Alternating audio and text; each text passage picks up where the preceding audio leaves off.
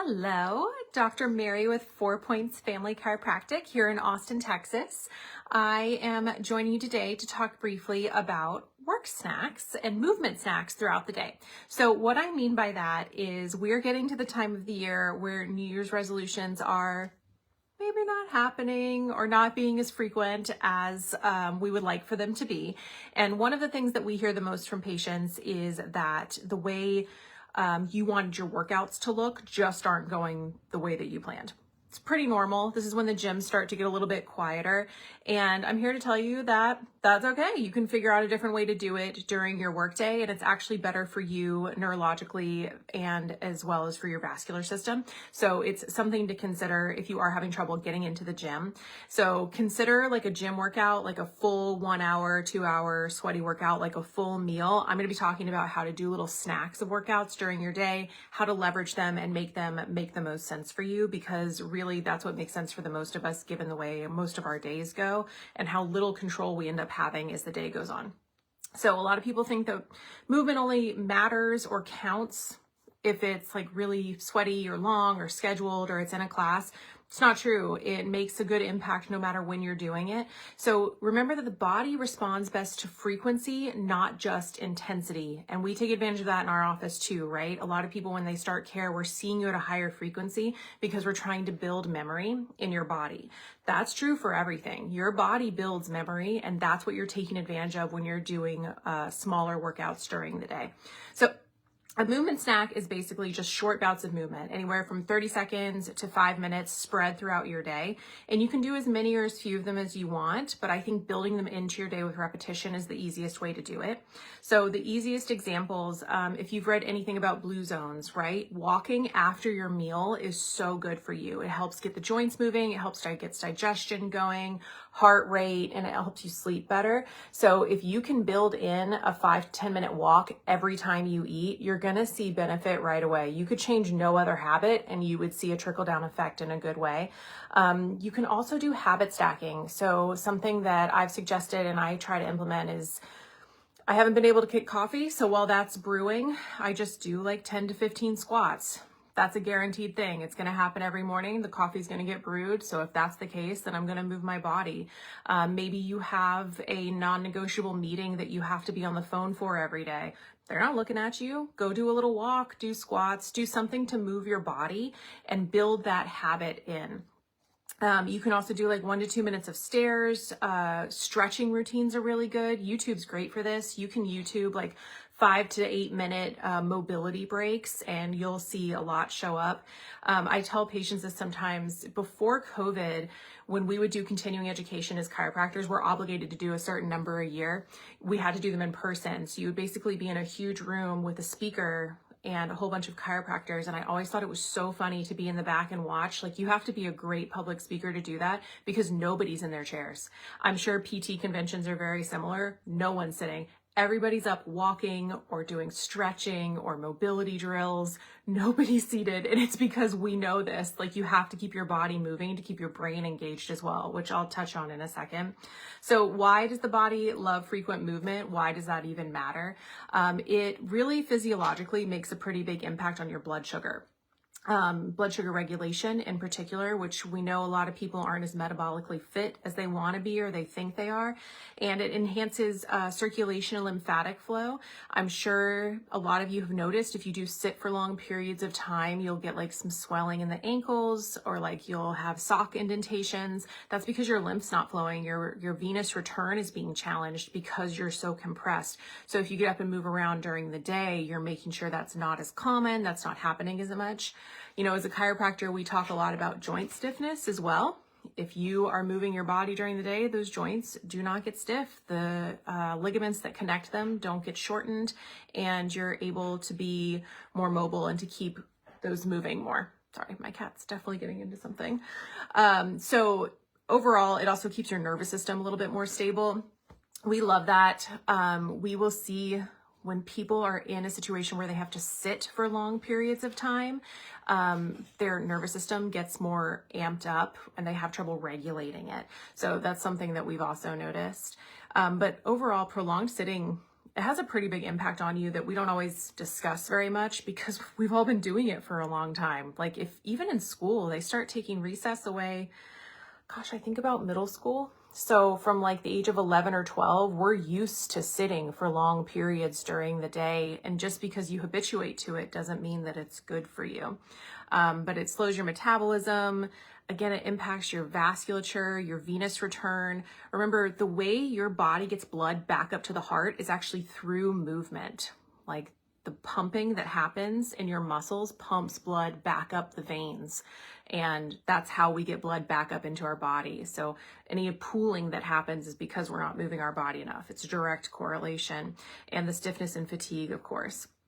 So the exercises that you do, if you're doing like big exercises during the day, say you're going to the gym, and I'm not saying don't do this, you can do it in addition to, but if you're only going to the gym 3 days a week and doing heavy workouts, you're not canceling out the sitting, unfortunately. It's good for you, but the movement snacks need to happen anyway. So if you are someone who's doing workouts, make sure you're doing the little bits as well, because what's actually happening in the body, long interrupted periods of sitting, they create a physiological problem where your body, again, memorizes that position. It's used to sitting and it actually shuts down key enzymes. And one of the enzymes that it sits down is called lipoprotein lipase. And that enzyme is critical for breaking down triglycerides and supporting healthy cholesterol levels. So some folks will come in and their blood work is showing like I'm doing everything right. I'm eating really well. I'm doing, weightlifting. I'm doing 3 workouts a week and I can't get my cholesterol under control.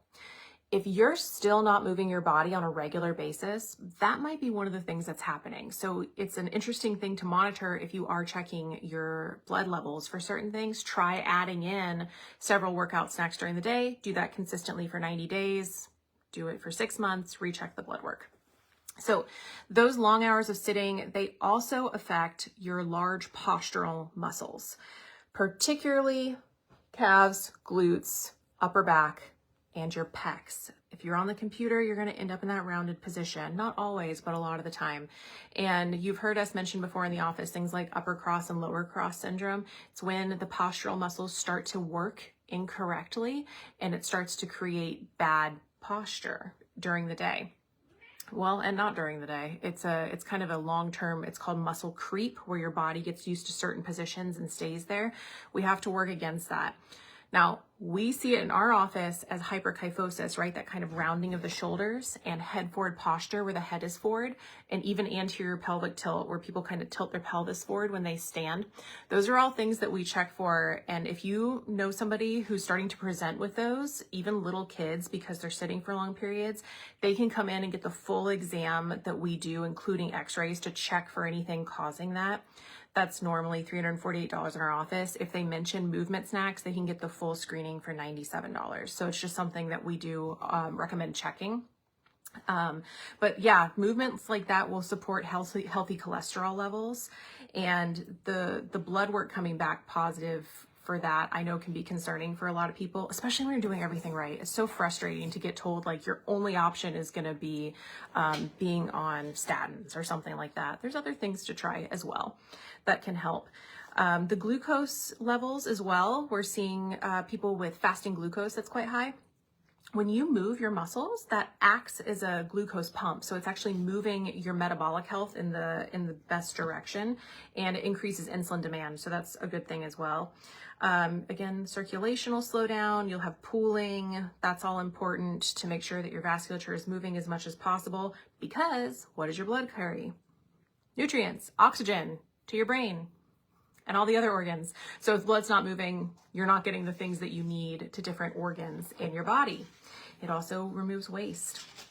So it'll get waste out of your body and into the liver and the gut, where it passes on the way out.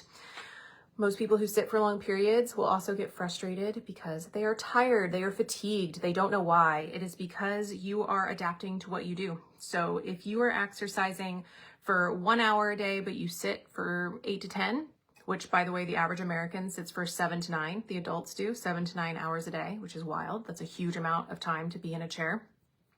Your body adapts to being sedentary. And we don't want that. We don't want adaptation to a bad thing, because then your body habituates it and it's harder to get yourself out of it. Move your body as much as you can. So what I recommend is having not just the habit stacking. I think having some non-negotiables is a good idea. So I live and die by a timer. My calendar has things programmed in all the time. I have 2 reminders for a lot of things. If you can set yourself a reminder for 3 or 4 times a day to get up and just do 5 minutes of movement, whatever movement you choose, it's gonna have a pretty big trickle-down effect. Maybe you do habit stack. Every time you go to the bathroom, you do 10 squats. Every time the phone rings and you know that you can do the call walking, you get up and you pace. Walking pads are becoming more popular, thank goodness. I think those are a great idea. And then just do like minimum effective movements. You don't have to be doing burpees in your office. Just march in place, do air squats, walk the hallway, grab a coworker, go for a walk, do something like that. And then I really think that moving after your meal is one of the most important things you can do. And making sure that all of this happens in a regular way is also helping with your nervous system regulation. I know I mentioned that before, but what's happening is when you sit for long times, you're actually downshifting your nervous system.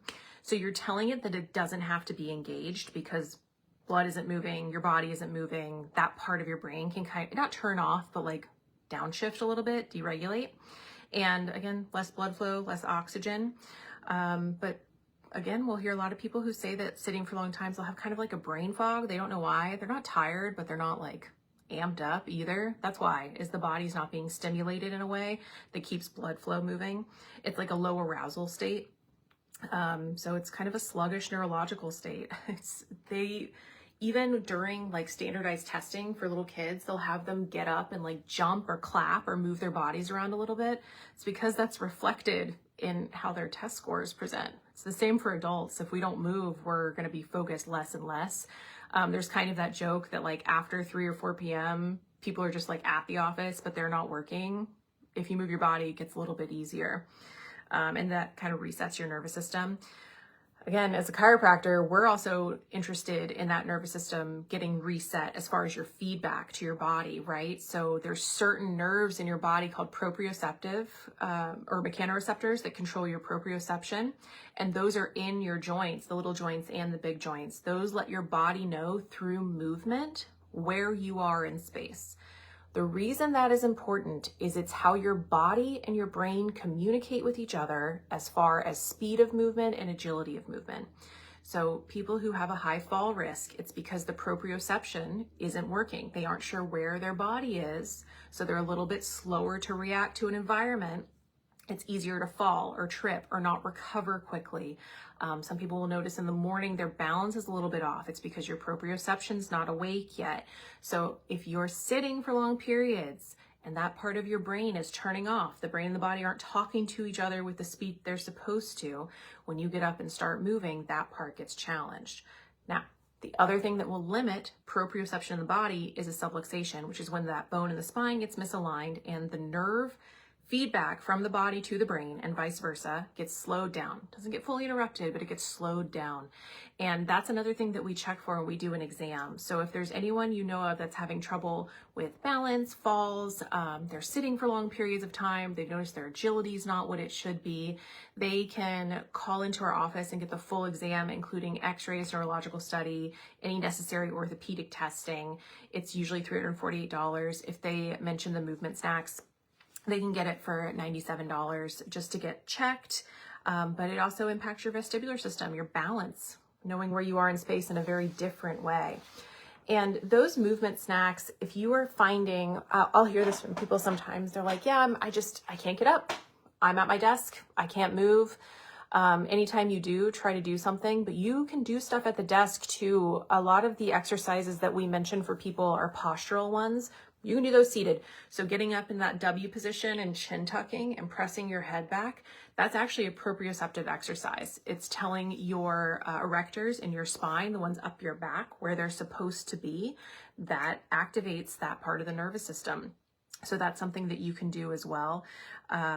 Just doing like movements in your arms. This doesn't have to be fancy. You can make this as easy or as difficult as you want. Just gonna move the cat off my notes here. There's also important timing for movement snacks, and that does matter because it will impact certain things, including the blood sugar and what your brain is doing. So the best time for movement snacks is going to be, as I mentioned before, after meals, after you consume food. Get up, walk around for 15, 20 minutes, 10 if you can. If you can't make it the full 15, 20, just get your body moving in some way.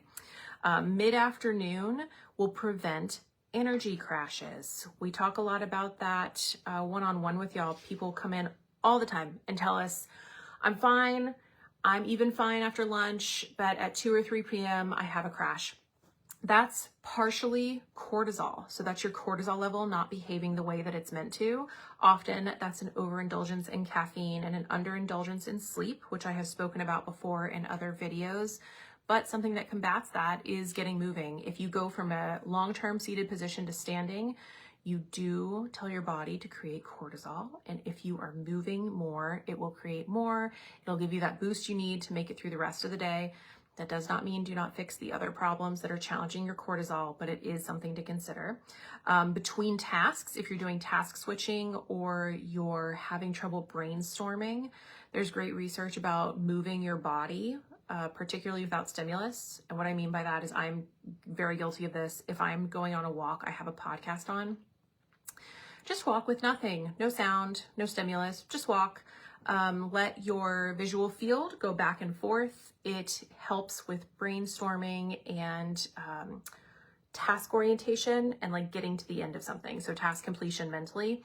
If you just walk with no stimulation, it actually helps you get there faster, which is probably why walking pads are being encouraged sometimes. And then during stressful situations, if you find yourself stressed and you're having that reaction, that kind of sympathetic reaction where your heart rate's up, you're having trouble breathing, your jaw's clenched, you're a little clammy, you can feel it in your body that you're in a fight or flight state. If you get out and you move your body and you walk, you will help regulate back into a parasympathetic state, and it will help reset your breathing and your tone. So big takeaways, the movement snacks, you can do however you want, but you should be doing several throughout the day.